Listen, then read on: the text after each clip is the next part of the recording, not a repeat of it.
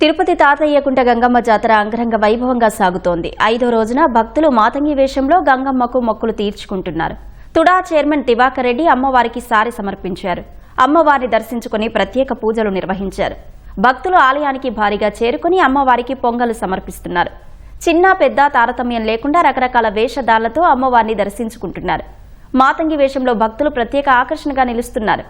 మగవారు ఆడవారికి ఏమాత్రం తీసిపోని విధంగా కట్టుబొట్టుతో పాటు మల్లెపూలు ధరించి అమ్మవారికి మొక్కులు చెల్లించుకుంటున్నారు. మాతంగి వేషంతో అమ్మవారిని దర్శించుకోవడం ద్వారా కోరిన కోరికలు తీరుతాయని భక్తుల విశ్వాసం.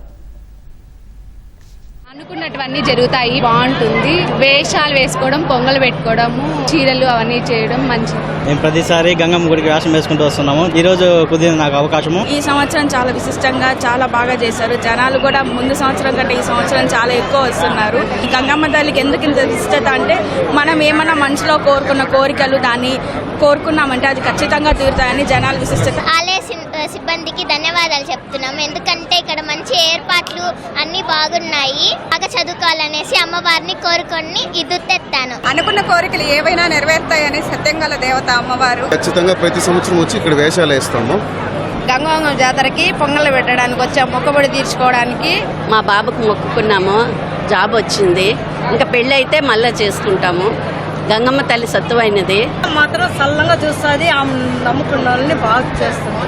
మేము చిన్నప్పటి నుంచి ఈ అమ్మ దగ్గరే ఉన్నాం. పుట్టి పెరిగింది ఇదే ఊరు. నాది కాళహస్తిలో పోయిన సంవత్సరం నేను మొక్కున్నాను. ఆ మొక్కుని ఈ సంవత్సరం నేను తీరుస్తున్నాను. దానికోసం అమ్మవారి దగ్గరికి వచ్చాను. ప్రభుత్వం కూడా ఏర్పాటు చక్కగా చేశారు.